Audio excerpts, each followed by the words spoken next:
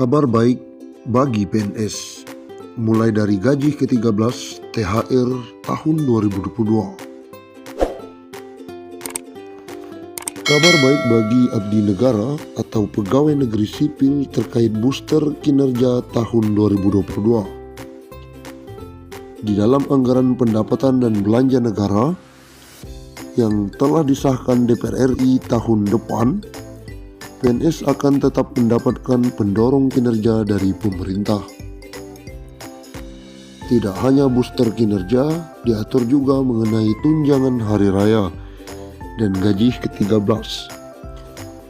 Tapi untuk besaran kedua booster tersebut tidak sama seperti sebelum terjadinya pandemi COVID-19. Apalagi saat ini keuangan negara masih tersendat akibat pandemi yang tak kunjung usai. Diharapkan dengan pemberian THR dan gaji ke-13 bisa membantu konsumsi para abdi negara, khususnya konsumsi rumah tangga sehingga berdampak bagi pertumbuhan ekonomi. Pada tahun ini, para aparatur sipil negara menerima besaran THR dan gaji ke-13 hanya menghitung gaji pokok dan tunjangan melekat saja, sedangkan tunjangan kinerja tidak masuk dalam hitungan. Direktur Jenderal Anggaran Kementerian Keuangan, Isa Ratmawarta mengatakan, skema pemberian THR dan gaji ke-13 tahun depan tersebut sama dengan tahun ini.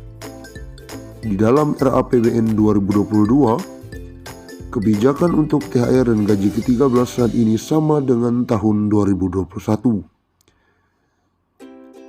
Dari pemangkasan tukin atau tunjangan kinerja yang ada di THR dan gaji ke-13 tahun ini, pemerintah bisa penghematan biaya anggaran hingga 15 triliun. Hasil dari penghematan ini digunakan untuk menambah belanja untuk penanganan dampak pandemi COVID-19. Lebih lanjut, dia mengatakan, program-program yang tidak prioritas masih akan tetap ditunda di dalam tahun depan. Dengan demikian, anggaran bisa difokuskan untuk membantu masyarakat hingga pelaku usaha yang paling terdampak. Kita masih harus mengantisipasi masalah kesehatan terkait COVID-19.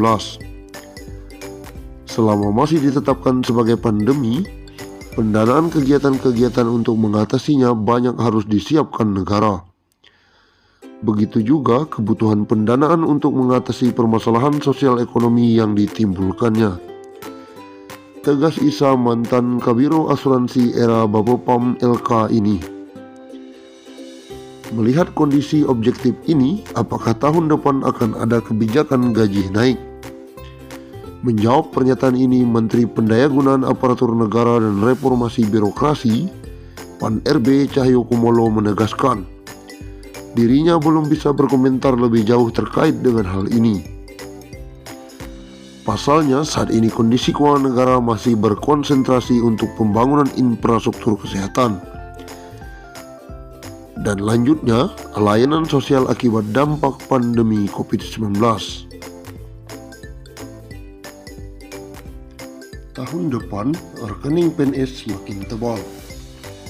Gaji naik dan berikut tunjangan. Bagi Anda yang bekerja sebagai pegawai negeri sipil, maka ada kabar gembira. Sebab tahun depan, para aparatur sipil negara ini tetap mendapatkan booster atau insentif pendorong kinerja dari pemerintah. Hal ini tertuang dalam APBN 2022 yang baru disahkan oleh DPR RI.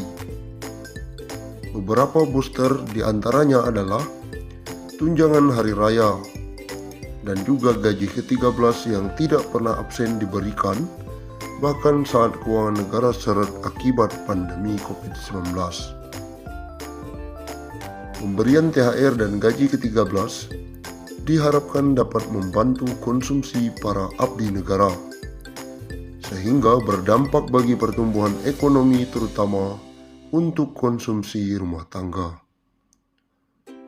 Namun untuk besaran kedua booster tersebut tentu tidak akan sama seperti sebelum terjadi pandemi COVID-19. Apalagi keuangan negara masih tersendat akibat pandemi yang tak kunjung usai. Direktur Jenderal Anggaran Kementerian Keuangan Isa Ratmawarta mengatakan skema pemberian THR dan gaji ke-13 tahun depan tersebut sama dengan tahun ini. Di dalam RAPBN 2022, kebijakan untuk THR dan gaji ke-13-an ini sama dengan tahun 2021. Tahun ini, para abdi negara menerima besaran THR dan gaji ke-13 hanya menghitung gaji pokok dan tunjangan melekat saja. Sedangkan tunjangan kinerja tidak termasuk dalam hitungan. Dari pemangkasan tukin yang ada, THR dan gaji ke-13 tahun ini, pemerintah bisa menghemat anggaran 15 triliun. Ini digunakan untuk menambah belanja untuk penanganan dampak pandemi COVID-19. Selanjutnya, bahkan program-program yang tidak prioritas masih akan tetap ditunda di tahun depan, sehingga anggaran bisa difokuskan untuk membantu masyarakat hingga pelaku usaha yang paling terdampak. Kita masih harus mengantisipasi masalah kesehatan terkait COVID-19. Selama masih ditetapkan sebagai pandemi, pendanaan kegiatan-kegiatan untuk mengatasinya banyak harus disiapkan negara.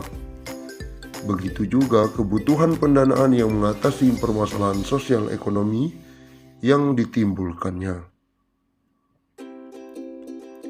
Menteri Pendayagunaan Aparatur Negara dan Reformasi Birokrasi PAN RB Cahyokumolo menegaskan dirinya belum bisa berkomentar lebih jauh terkait dengan hal ini.